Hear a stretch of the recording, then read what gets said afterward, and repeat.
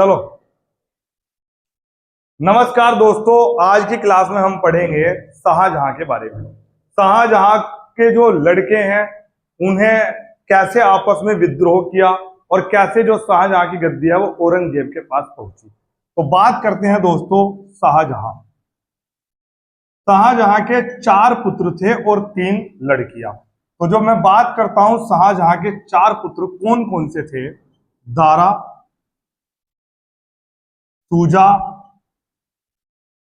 मुराद और औरंगजेब। तो दोस्तों होता क्या है, स्थितियां कुछ इस तरीके की थी। यहां दिल्ली में शाहजहां है, यहां बंगाल का सूबेदार सूजा है और यहां गुजरात गुजरात का सूबेदार मुराद है और दक्षिण में औरंगजेब है।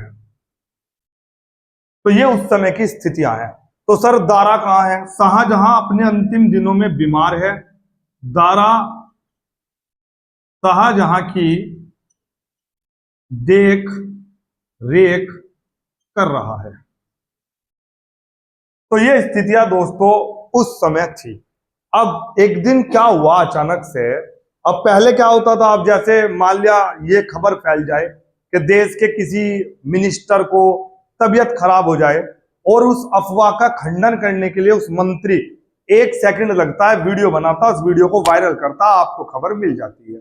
लेकिन उस समय ऐसी स्थितियां नहीं थी। उस समय स्थितियां थी कि अगर एक बार अफवाह उड़ गई तो वो अफवाह फिर ना जाने कितने दिन तक ऐसी ही चलती रहेगी, क्योंकि सोशल मीडिया उस समय बिल्कुल भी एक्टिव नहीं था ही नहीं।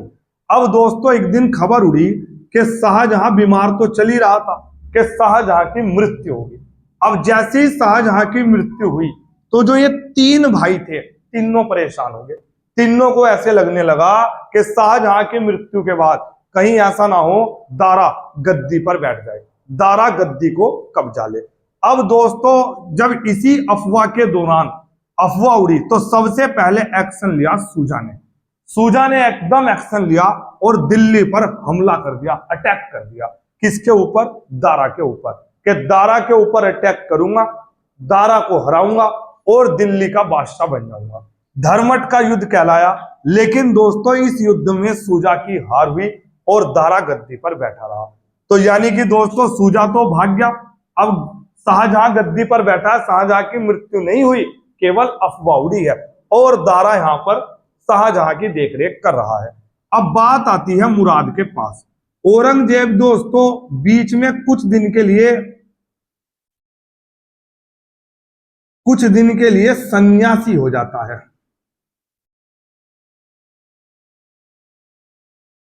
अब जब ये कुछ दिन के लिए सन्यासी हो जाता है तो ये औरंगजेब मुराद से मिलता है और मुराद को बोलता है, भाई मुझे तो गद्दी नहीं चाहिए, लेकिन मेरे साथ लग, मेरे साथ जुड़, हम दोनों मिलकर दिल्ली पर हमला करेंगे और दारा को हराकर गद्दी को कब्जाएंगे और मैं तुझे दिल्ली का बादशाह घोषित करूंगा। बात समझ में आई? दोस्तों एक तरीके से ये दोनों सूबेदार हैं, मतलब मुख्यमंत्री हैं और ये देश का प्रधानमंत्री है। तो यानी कि अब औरंगजेब ने मुराद को सपना दिखाया कि तू मेरे साथ चल, हम दोनों मिलकर लड़ेंगे और शाहजहां को, जो लड़का दारा है, अपना जो भाई है बड़ा, सबसे बड़ा भाई कौन है? दारा, उसे हराकर गद्दी को कब्जाएंगे। सूजा भागी गया था। अब दोस्तों ये दोनों मिलकर किसके साथ लड़ेंगे? दारा के साथ। अब औरंगजेब बहुत खतरनाक आदमी है। औरंगजेब मुराद के साथ मिलकर दारा से लड़ेगा और इतनी बुरी तरीके से लड़ेगा कि इस पर अटैक करके दोस्तों यही दिल्ली के गद्दी को कब्जाएगा। इसके बारे में मैं आपको पूरी डिटेल समझाता हूं, ध्यान से सुनना। ठीक है दोस्तों, लिखिए। तो दोस्तों अभी हम इस पर पूरी चर्चा करेंगे। तो मैं यहां पे बता देता हूं आपको। एक दिन अफवाह फैल गई शाहजहां की मृत्यु की। जैसी अफवाह फैली, सभी भाई एक्टिव हो गए राजगद्दी के लिए। सबसे पहले एक्टिव हुआ सूजा। सबसे पहले कौन पागल हुआ? सूजा। तो सूजा इतना पागल हो गया, सूजा ने अटैक कर दिया किस पर? दारा पर। 24 फरवरी 1658 को युद्ध हुआ, बहादुरपुर का युद्ध। किस किस के बीच? दारा वर्सेस सूजा। जैसे युद्ध हुआ दोस्तों, इसमें दारा जीत गया और सूजा भाग गया। समझ में आया दोस्तों? तो मैं आज आपको संघर्ष बता रहा हूं, राजगद्दी का संघर्ष जो सारे भाइयों के बीच में हुआ। ध्यान से समझना। अफवाह फैलती, सबसे पहले कौन एक्टिव हुआ? सूजा। और सूजा ने जैसे अटैक किया, दारा ने उसे भगा दिया। इसके बाद क्या हुआ दोस्तों? इसके बाद औरंग, देखना सही दिख रहा है क्या? औरंग मिला मुराद से। औरंग किससे मिला? मुराद से। बोला मेरे साथ मिल जा, मिलकर दारा से लड़, मैं तुझे गद्दी पर बैठा दूंगा। तो ये कमेंट कर लिया दोस्तों। किसने कर लिया ये कमिटमेंट? औरंगजेब ने। किसके साथ? मुराद के साथ। अब ये दोनों एक हो गए। तो दोस्तों 15 अप्रैल 1658 को युद्ध हुआ, धर्मट का युद्ध। धर्मट का युद्ध दोस्तों, दारा ने इस युद्ध में, यह युद्ध दारा ने खुद नहीं लड़ा, दारा ने अपने दोस्त को भेजा। राजस्थान में एक राजा हुआ राठौर, जसवंत राठौर। किसे भेजा दोस्तों? जसवंत राठौर। तो दारा की तरफ से, दारा की साइड से राजस्थान का जसवंत राठौर वर्सेस मुराद प्लस औरंगजेब, ये दोनों इसमें आए। और दारा की साइड से कौन आया? जसवंत राठौर। जसवंत ने कासिम को, अपना सेनापति था, इसका आदमी था, कासिम को भेजा दोनों को समझाने के लिए। लेकिन दोनों ने कहा, अब दोनों भाइयों को समझा के मत लड़ो। जसवंत राठौर को दोनों भाइयों ने कहा कि हमारी फैमिली का मामला है, और बात भी सही है, ये हमारा परिवार का मामला है, राठौर तुम बीच में मत आओ। दोनों ने, लेकिन दोनों ने कहा राठौर बीच में मत आओ, फैमिली का मामला है। बात सही थी कि जब फैमिली मामला है तुम बीच में क्यों आ रहे? लेकिन दोस्तों ये मानने वाले नहीं थे। जसवंत राठौर को लग रहा था तो बच्चे हैं, मैं भी मानने वाला नहीं हूं। तो दोस्तों दोनों में क्या हुआ? धर्मट के युद्ध में, इस युद्ध में राठौर हार गया और औरंगजेब का कद बढ़ गया। अब औरंगजेब को लगा इस विजय के बाद अब मैं कुछ भी कर सकता हूं। अब औरंगजेब और मुराद किस पर अटैक करेंगे? दारा पर। समझ में आया दोस्तों? कोई भी दिक्कत हो मुझे हाथ के हाथ बताते रहे। तो दोस्तों इस युद्ध में हारने के बाद औरंगजेब के हौसले बुलंद हैं। हौसले बुलंद होने के बाद औरंगजेब आगरा की तरफ बढ़ता है। जैसे ही आगरा की तरफ बढ़ता है तो 29 मई 1658 को युद्ध होता है, सामूगढ़ का युद्ध।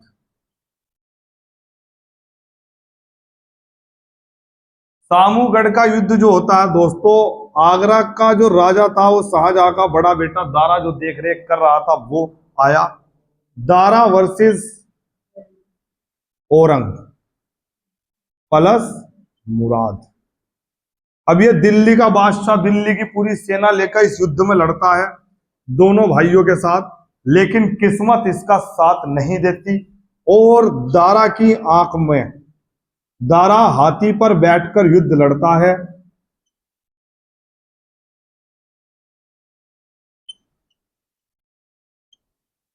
और दारा को जो तीर है वो दारा का जो हाथी है वो गिर जाता है। दारा का हाथी गिर जाता है, या कह दो दारा अचानक नीचे गिर जाता है। और जैसे ही दारा अचानक नीचे गिरता है तो क्या होता है दोस्तों, दारा की सेना में भगदड़ मच जाती है। और जैसे ही भगदड़ मचती है तो यहां पर दारा को भागना पड़ता है। और इस युद्ध में भी औरंग जीत जाता है। और जैसे ही औरंग जीतता है इस युद्ध में दोस्तों, तो दारा, औरंग सबसे पहले, क्योंकि ये सबसे बड़ा युद्ध था दिल्ली के खिलाफ, आगरा में जो लड़ा गया और आगरा में जीता गया, औरंग तुरंत, कौन है इसका भाई, मुराद, मुराद को बंदी बना लेता है। जिसे सपना दिखाया था उसकी सेना को यूज किया, सबसे बड़ा बेवकूफ किसका बना, मुराद का बना लेता है और उसे बंदी बनाकर रखता है और अपना अस्थायी राज्याभिषेक करवा लेता है। यानी कि दिल्ली का बादशाह जिंदा है, दिल्ली में सबसे बड़ा भाई जिंदा है, सब कुछ जिंदा है, लेकिन इसने अपना अस्थायी राज्याभिषेक करा लिया। याद रखना, औरंगजेब के दो राज्याभिषेक होंगे, एक अस्थायी और एक स्थायी। अस्थायी क्यों कराया सर, स्थायी क्यों नहीं कराया, क्योंकि अभी शाहजहां जिंदा है, अभी उसका बड़ा भाई दारा जिंदा है, एक भाई सूजा फरार है, बस एक भाई पकड़ा गया है। अब यहां औरंगजेब कहता है कि पहले इन्हें सबको मारूंगा, पकड़ूंगा, उसके बाद अपना क्या कराऊंगा, स्थायी राज्याभिषेक। लिख। तो दोस्तों अस्थायी राज्याभिषेक करा लिया 21 जुलाई 1658 को। औरंगजेब अपना अस्थायी राज्याभिषेक करा लेता है। इसके बाद क्या होता है, इसके बाद दोस्तों औरंगजेब आगरा के किले पर हमला करता है और आगरा के किले में अंदर कौन है, पापा शाहजहां, कौन है, शाहजहां। हमला करता है, अंदर शाहजहां है, शाहजहां किले को बंद कर देता है। अब शाहजहां चारों तरफ से किले को बंद कर देगा। अब औरंगजेब भी बड़ा डीठ है, वो बाहर डेरा डाल लेगा, वो कहेगा कभी ना कभी तो खोलना ही पड़ेगा, जब तक आगरा का किला नहीं खुलेगा जब तक मैं घर नहीं जाऊंगा। अब दोस्तों शाहजहां अंदर बंद है, कल्पना करो औरंगजेब बाहर टेंट लगाकर बैठा है, अब वो गेट खोलने का नाम नहीं ले रहा। तो औरंगजेब के दिमाग में एक आइडिया आता है, क्या? औरंगजेब को पता है उस किले के पानी की सप्लाई, तो औरंगजेब उस किले की सप्लाई को बंद कर देता है, पानी काट देता है जो यमुना से पानी की सप्लाई हो रही थी। अब जैसे ही पानी की सप्लाई बंद करता है तो शाहजहां नहाने से दुखी, पीने से दुखी, अंदर चारों तरफ किले में क्या हो जाता है, हाहाकार। अब शाहजहां सोचता है कि प्यास से मरने से अच्छा क्या है, दरवाजा खोल दो। अब शाहजहां मजबूरी में दरवाजे को खोल देता है, और जैसे ही दरवाजा खोलता है औरंगजेब किले पर अटैक करता है और तुरंत अपने बाप शाहजहां को बंदी बना लेता है, और बंदी बनाकर उसे किले में एक कमरे में बंद कर देता है। अपने बाप को नाम रखता है उस किले के अंदर जहां बंद करता है, साहब बुर्ज। क्या नाम रखता है? साहब बुर्ज। तो शाहजहां उस साहब बुर्ज में बंद होता है, और वहां से एक रोशनदान लगा रहता है, उस रोशनदान में देखता है अपने द्वारा बनाया गया ताजमहल। तो यानी कि जो शाहजहां है उसे अपने अंतिम दिनों में बहुत दुर्दशा का सामना करना पड़ता है। बात समझ में आई यहां तक? अब मैं लिख देता हूं, नोट्स बना लेना बहुत अच्छे से। किले को बंद कर देता है औरंग, बाहर से किले में जाने वाली पानी की सप्लाई को बंद कर देता है, और कर देता है शाहजहां परेशान होकर किले को खोल देता है। औरंग शाहजहां को बंदी बना लेता है। शाहजहां दो शर्तें रखता है, अपने लड़के के सामने दो शर्तें रखता है कि मुझे बंदी तो बना रहा लेकिन मेरी दो शर्त हैं। क्या? पहली, खाना अच्छा मिले। भाई मैं दिल्ली का बादशाह हूं तो मुझे खाना बादशाह वाला मिले, ऐसा ना हो कि मुझे कैद कर दिया तो मुझे कैदी वाला खाना मिले। और दूसरा, बच्चों को कुरान पढ़ाने की आजादी मिले। ये दो चीजें मुझे दे दे भाई, है तो तू मेरा लड़का ही, बस दो चीजें मैं तेरे से मांगता हूं। औरंगजेब दो शर्तें या दोनों शर्तें मान लेता है। शाहजहां की सबसे बड़ी लड़की थी जहानारा, पुत्री, औरंगजेब की बहन जहानारा भी खुद को बंदी बना लेती है, बाप की देख रेख के लिए। समझ में आया दोस्तों? तो यानी कि अब शाहजहां जहां अंदर बंद रहता है, शाहजहां किले में जहां कैद किया जाता है,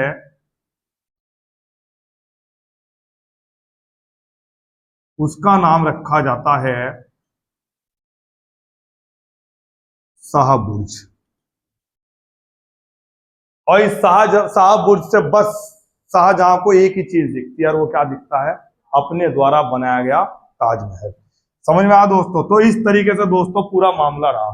चलो ये फिर दोबारा आक्रामकता सुनते हैं। क्या? दारा भागा हुआ है और दिल्ली में लूटपाट कर रहा है, दिल्ली में माल लूटने में लगा हुआ है। 1659 में खांजवा का युद्ध होगा। खांजवा के युद्ध में तुजा वर्सेस औरंग, तुजा को बंदी बना लेगा। यानी एक भाई मुराद पकड़ लिया, दूसरा भाई मुराद पकड़ लिया, अब बारी किसकी है दोस्तों, सूजा की। समझ में, दारा की, सॉरी, समझ में आया यहां तक? यहां तक किसी को कोई दिक्कत है मुझे बताते रहना, लिखो। तो मुझे उम्मीद है दोस्तों आपको समझ में आया होगा। इसका जो लास्ट सेशन है वो हम नेक्स्ट क्लास में देखेंगे, और औरंगजेब का स्थायी राज्याभिषेक कैसे हुआ इसके बारे में चर्चा करेंगे। ठीक है दोस्तों, मिलते हैं नेक्स्ट वीडियो में नए जोश और जुनून के साथ।